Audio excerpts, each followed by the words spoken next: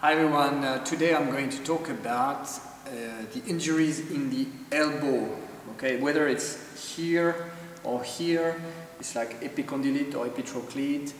In tennis and in golf it happens quite a bit, and I just had a question from a friend of mine, is what can I do to reinforce the muscles for my injury?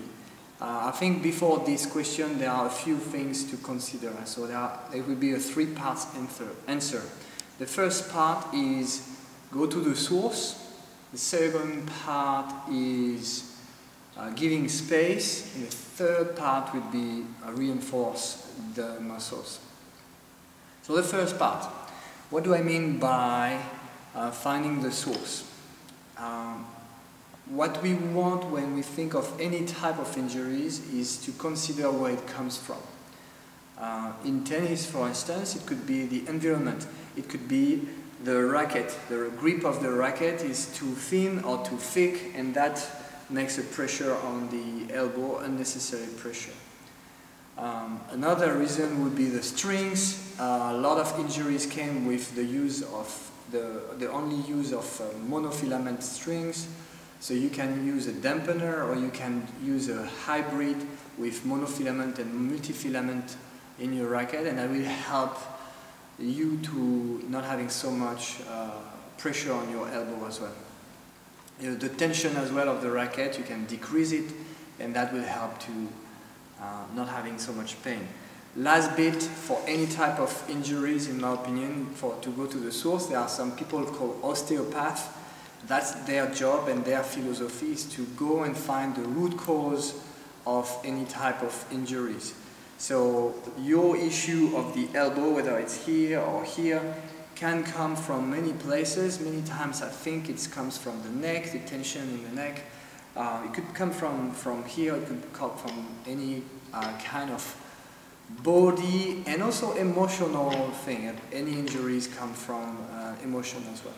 So that's for your research and consideration. Now, step 2 about giving space. What do I mean by giving space?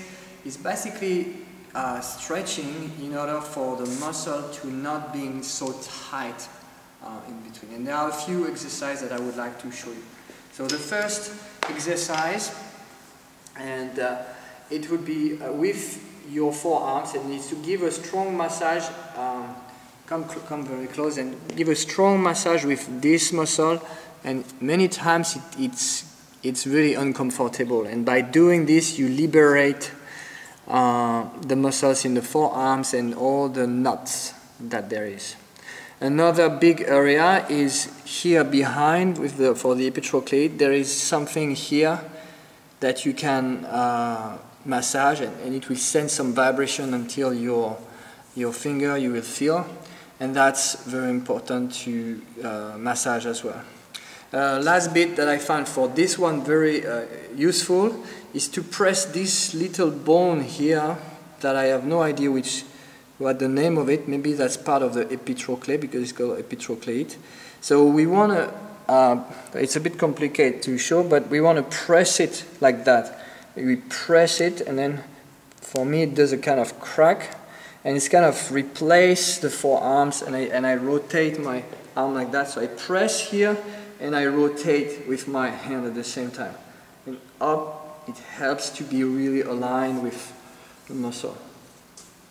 So that's for the first 2 stretching. After that, I said it could come from the wrist. So if we stretch the wrist, it could help to alleviate the pressure. So to do that is simply it could be on the floor, but you can stretch like this and then play with that, and you go on one hand and on one side and find different angles and enjoy the stretch. And then it could be the other side, same, find different angles, enjoy the stretch. So that's for the wrist. After that, as for the tension in the elbow, many times it comes from the triceps. So a good thing as well is to stretch the triceps. Not so easy to do. There's one that I like though. It's to go on the floor and is to cross your arms and lie down on your belly like this, and with the gravity it stretch all of this from everywhere. So all of this gives some space. I'm checking if I forget something. Yes, I forget something. So as I said, it could come from the neck, and for the neck the best stretch that I find is this one. You place your hand under your shin here, and then you tilt your head on the side, and as you tilt on the side, then after slightly you let your hand put some pressure, but you don't press very much, you just leave the gravity does the work, and it's going to stretch all of this and helps to give as well some space. Once you have done this a few times, then you can just do it more active. Before it was passive. You stay here for like every stretch you can stay between 20 and 2 minutes, 20 seconds and 2 minutes. There is no real rules about this. Okay, so here is to give some space, and you could give some space in the rotations after. Basically, you must feel that you give some space. Shoulder, triceps, I did this already. And the last one that I found very helpful is if you have sometimes in the gym, yeah, there is here, we can go here.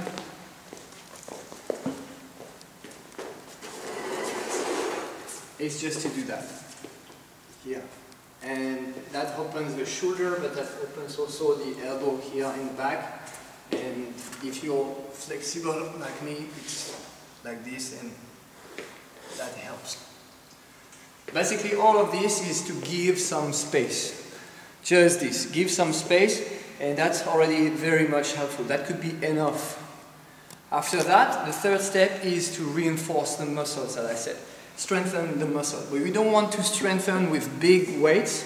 What we want is to be smart and prepare the body for readapting to our sports, in tennis, golf, or any sport that use this. So a few exercises.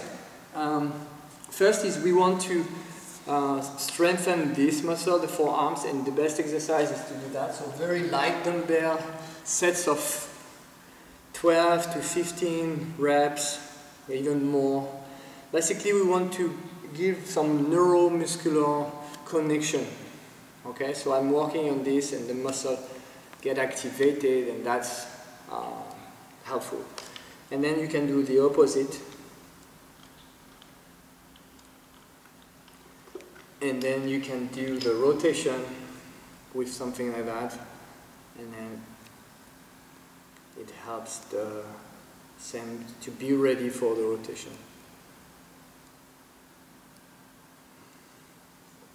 Last exercise to strengthen is, curiously for this time, because generally I don't recommend to do this exercise because it's more for aesthetic, and I'm more for performance. It's curl, basically. It's to work on your biceps, because we work on the triceps, because the triceps have a tendency to be too much used. Basically, by working on here, it relaxes. It could relax the triceps. Again, it's to check. So curl, normal curl, just like that, or with a support, which is not good here. As you can see, I'm not doing this so many times. Could be on the. Well, we need to find a position, and it could be also a curl, also with the brachial muscle here, like this. So either like this or like this. All right. In any case, again, you need to use these three principles. First, finding the source, with what I've said before. Second is to give some space everywhere for the body to heal by itself. And third, to start to reinforce, but not reinforcing first, because that's not going to be helpful so much. I hope it helps and see you next time. Bye.